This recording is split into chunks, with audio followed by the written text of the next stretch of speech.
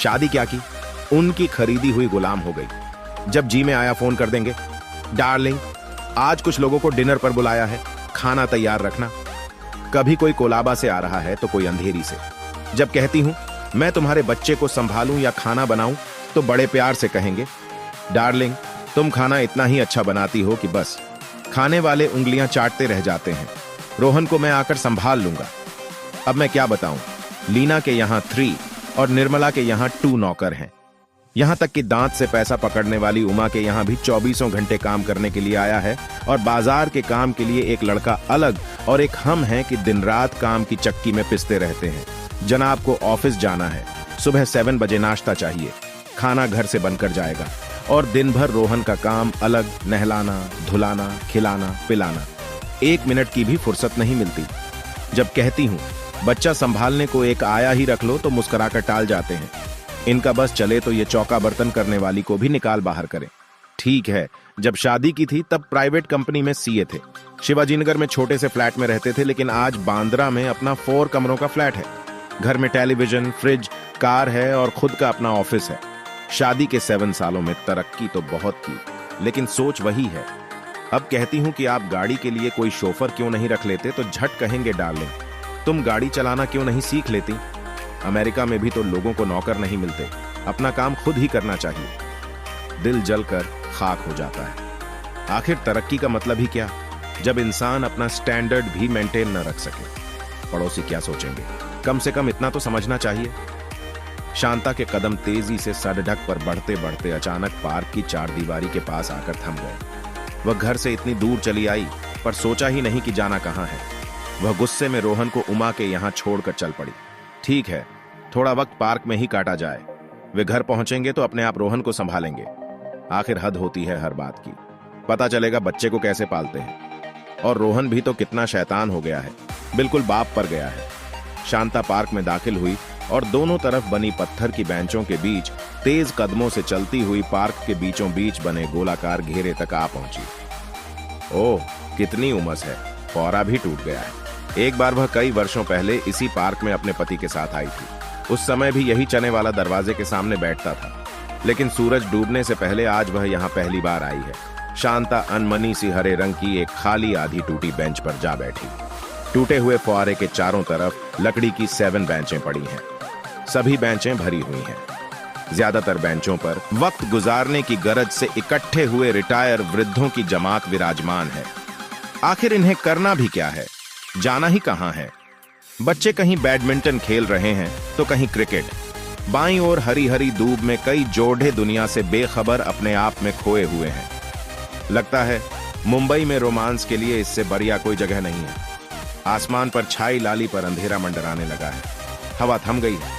शांता को लगा पसीना उसके ललाट से छूकर कपोल तक आ जाएगा। अजीब उमस है। टाइगर, टाइगर की आवाज, फिर कुत्ते की भौं भौं और फिर दबी गुरहिट। शांता ने दाईं ओर देखा।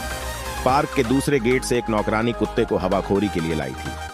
कुत्ता इधर उधर बेकाबू होकर भाग रहा था और लड़की थी कि उसकी जंजीर पकड़ने के लिए उसके पीछे पीछे भाग रही शांता ने ठंडी सांस ली।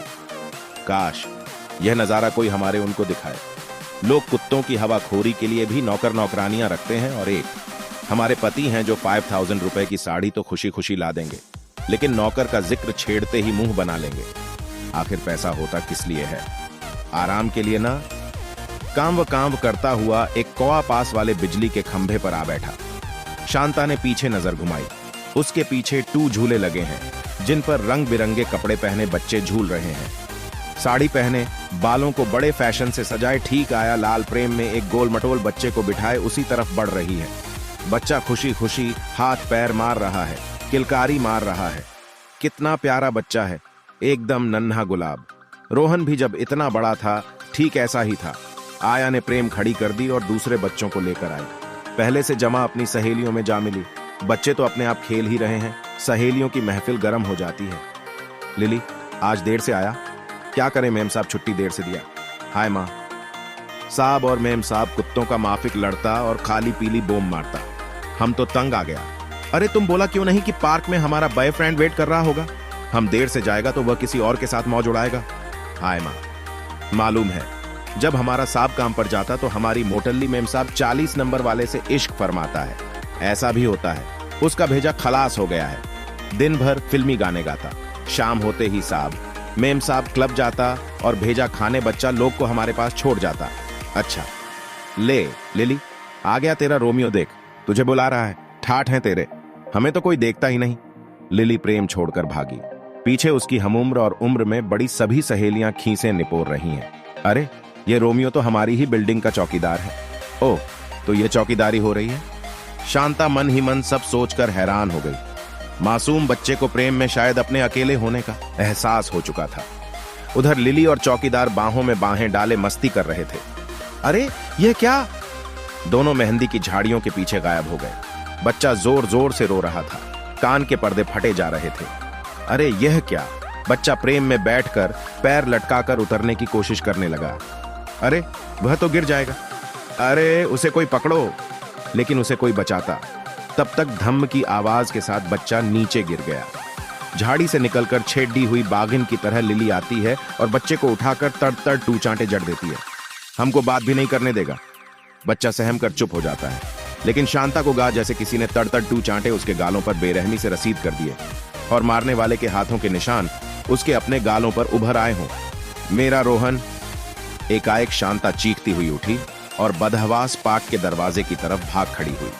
लिफ्ट से निकलकर जैसे ही तेज कदमों से शांता उमा के फ्लैट की तरफ बढ़ी कि अचानक उसके कदम रास्ते में खड़े रोहन को गोद में उठाए मुस्कुराते पति को देखकर थम गए। मम्मा। रोहन ने दोनों बाहें उसकी तरफ फैला दी। लपक कर शांता ने उसे अपने गले से लगा लिया और बुरी तरह चूमती हुई अपने फ्लैट की तरफ भाग खड़ी हुई। पीछे से उसके कानों में पति की आवाज टकराई, लेकिन शांता के पास पति की बात का उत्तर देने को शब्द नहीं, आंसू थे। अगर आप सभी को कहानी पसंद आई हो तो प्लीज लाइक करके चैनल को सब्सक्राइब कर लें।